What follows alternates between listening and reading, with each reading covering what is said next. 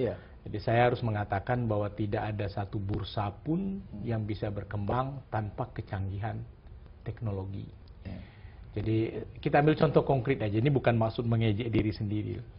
Saya punya teman Bruno, orang Belgia, yang kebetulan istrinya orang Sunda tinggal di Bogor. Seperti Kalong, dia kalau malam dia dagang, kalau siang dia tidur. Karena dia hidup sebagai investor. Kenapa malam? Karena dia dagang di New York. Dia dagang kakao, dia dagang kopi di New York. Kakaonya kakao Indonesia mungkin. Kakaonya Kopinya salah kopi satu Indonesia. kopinya kopi Indonesia sebagian dia dagang di New York.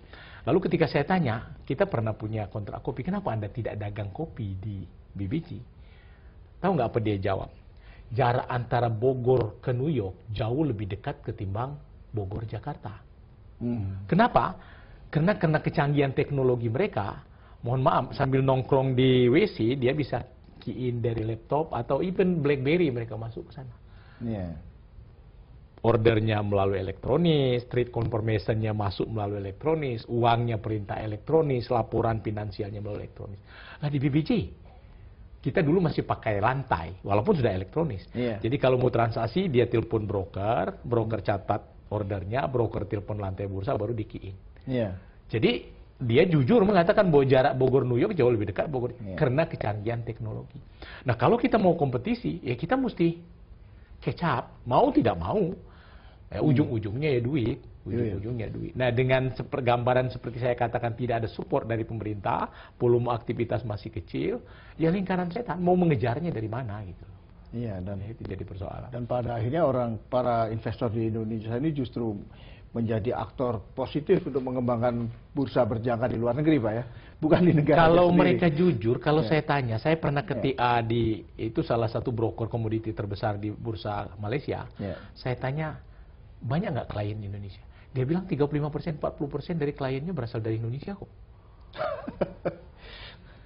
Aduh, ironis sekali ini Pak ya sebenarnya. Betul. Padahal pada saat yang sama masyarakat Indonesia kan membutuhkan makin banyak alternatif untuk mengamankan aset mereka. Betul.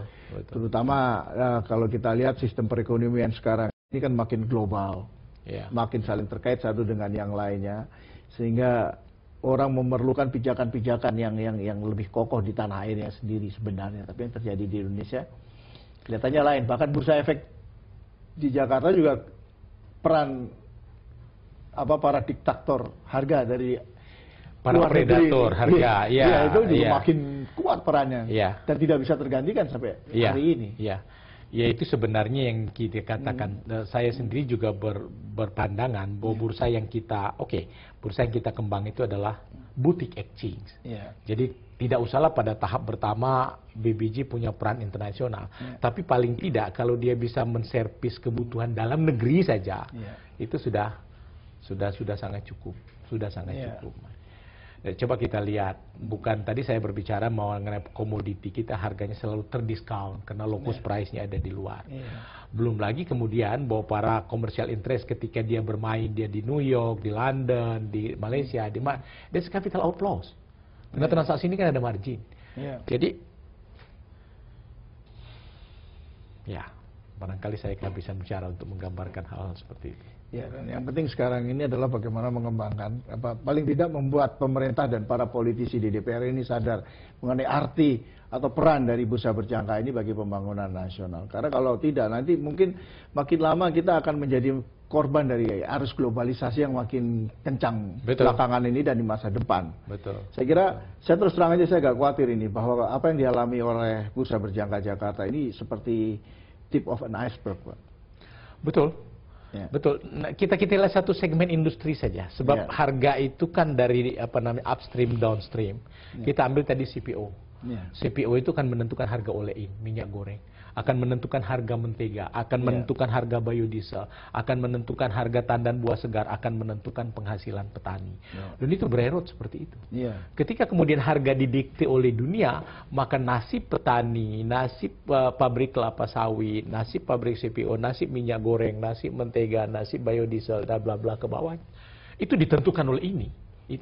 Oleh sebab itu saya selalu insist di dalam banyak seminar mengatakan kalau kita ingin memperbaiki nasib petani, tidak cukup dengan teknologi, tidak cukup teknologi pasca panen, tidak cukup dengan sekuritisasi, tidak cukup dengan fasilitas gudang, tapi yang paling penting adalah akses pasar.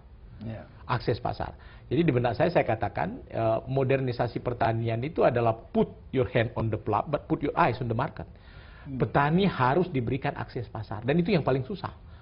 Kredit ada kredit usaha tani, ada kredit mikro, ada kredit canda kula, dulu pernah segala macam ada, bantuan finansial. Tapi akses pasar. Saya kira dengan adanya pasar berjangka, pasar fisik yang terorganisir, yang sekarang coba kita kembangkan, ya pelan-pelan kita mencoba memberikan akses pasar kepada petani. Petani ikut berperan dalam penentuan harga produk. Tapi yang sejauh ini yang saya tahu Pak ya, meskipun ada pembaruan yang seperti itu, kenyataannya banyak orang yang mengatakan, juga dari kalangan petani, bahwa akses mereka ke pasar sebenarnya tidak pernah berubah sejak zaman Belanda, Pak. How could it happen, Pak? Ya karena kita tidak ada pasar, itu uncontrollable bagi kita. Karena kita didikte oleh kiblat itu tadi kan. Saya tahu benar bahwa petani itu dihimpit banyak soal ya. Lahan yang sempit, lalu kemudian prasarana yang butuh, teknologi yang keterbelakang, pergudangan yang hampir tidak ada, transportasi yang parah dan seterusnya, akses finansial tidak ada. Tapi menurut saya, constraint yang paling binding dari seluruh itu, petani tidak memiliki akses pasar. Even eksportir dengan skala raksasa untuk komoditi Indonesia, harganya ditentukan oleh luar negeri.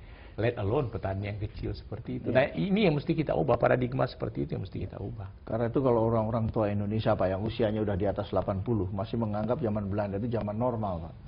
Zaman sekarang zaman normal. Ini sangat unik dan aneh untuk anak-anak muda ya, terutama ya, termasuk yang seperti saya ini. Ya, nah sekarang BBJ itu mundur selangkah. Kalau quote mundur, tadinya kita mencoba mengembangkan perdagangan berjangka, tapi kan ini sangat sophisticated. Lalu kita mundur mengembangkan pasar fisik yang terorganisir. Jadi bukan derivatif, kita akan sudah mulai dengan CPO. Jadi BBJ sudah mengembangkan sebuah sistem di mana produsen minyak sawit mentah dan pembelinya bisa berdagang secara elektronis dari manapun sepanjang bisa dijangkau oleh internet. Jadi information content dari kegiatan itu, kalau dulu kalau berdagang hanya dua belah pihak, dia kan nggak tahu mana petanya, berapa banyak penjual, berapa banyak pembeli. Nah dengan perdagangan terorganisir ini paling tidak informasi pasar itu lebih transparan. Itu udah menyangkut demand and supply Pak ya. Demand dan supply, karena itu yang menentukan harga. Dengan demikian Pak, internetisasi ini sangat diperlukan sekarang ini, terutama bagi para petani yang sudah ratusan tahun dianggap sebagai pemain kelas kambing. Nah itu yang barangkali harus kita ubah paradigma. Kita tidak bisa bersikap alergis terhadap teknologi. Nggak bisa. Kalau kita ambil contoh saja, adakah sebuah bank umum yang bisa berkembang tanpa ATM sekarang? No chance, percayalah tidak ada. Nah, jadi bayangkan kalau saya pernah berkunjung ke India awal tahun lalu, di sana itu ada sebuah badan terkait dengan bursa, namanya RISREP. Tugasnya adalah ngumpulin data harga dari petani-petani di seluruh pelosok India, kemudian dia kumpulkan, dia olah, kemudian dia broadcast lagi ke seluruh India. Sampai ke kecamatan-kecamatan yang tidak punya internet, ditulis di papan tulis, harga ini, harga kentang segini, gini. Kenapa demikian? Karena di dalam perekonomian pasar, harga itu berfungsi sebagai impuls. Coba tanya pada kita, seluruh keputusan ekonomi kita digerakkan oleh harga. Oleh sebab itu kita butuh referensi harga yang terpercaya. Kalau impulsnya salah, keputusan ekonominya salah dong.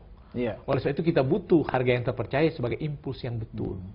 Nah, bagi perdagangan berjangka yang lebih hebat adalah harganya bukan hanya harga saat ini. Hanya perdagangan berjangka yang mampu menyediakan acuan harga masa yang akan datang. Tidak ada lain. Tidak ada ekonom yang mampu memprediksikan harga. Perdagangan berjangka lah yang mampu memprediksikan harga yang akan datang. Yaitu manfaat itu. Yang barangkali harus kita sadari bahwa ya ini diperlukan kalau kita mau perekonomian kita menggunakan mekanisme pasar. Dengan kata lain ini suatu terobosan yang sangat agresif dan progresif untuk membuat agar petani melek pasar ini sangat penting pada saat ini Pak. Karena kalau kenyataan juga sampai sekarang ini hampir semua petani, mungkin 90% ini masih sangat tergantung pada tengkulak. Apapun kata tengkulak mereka ikuti saja. nggak usah tengkulak dulu loh, Mas Gigin. Coba kita bayangkan ini. Saya pernah nanam cabai 4 tahun di Parakan Salak. Apa yang menggerakkan saya nanam cabai? Harga. Saya datang ke Keramat Jati, harga cabai keriting itu 10.000. Kalau saya nanam bulan November, saya akan panen bulan Februari 2010. Karena harga bagus, saya tanam. Harga menggerakkan saya menanam. Tapi jangan lupa bahwa harga saat ini itu tidak relevan. Karena yang relevan itu harga pada saat saya panen bulan Februari tahun 2010. Coba tanya sama ekonom yang jenius. Hei Bung Ekonom, berapa harga cabai keriting pada bulan Februari 2010? Ada yang tahu nggak? Tidak ada yang tahu. Jadi itu duka cerita petani kita. Karena harga bagus saat ini semua petani nanam cabai, begitu dia panen bulan Februari 2010 harga jatuh di bawah biaya produksi. Overproduction, Pak. Overproduction. Jadi petani yang mengharapkan untung jadi buntung dan mereka nangis darah. Kenapa? Kena impulsnya salah. Apa yang bisa menyediakan impuls harga? Itu perdagangan berjangka. Jadi kalau kita lihat minyak yang dikutip oleh pemerintah, tiap hari harga minyak, itu bukan harga spot loh Pak Gigin. Harga berjangka menunjukkan tren minyak. Menarik sekali Pak Hasan, tapi sayang sekali waktu juga yang membatasi diskusi kita saat ini. Oke pemirsa dimanapun Anda berada, menarik sekali apa yang tadi diungkapkan oleh Pak Hasan Zain Mahmud. Dan sampai jumpa pada program yang sama episode berikutnya.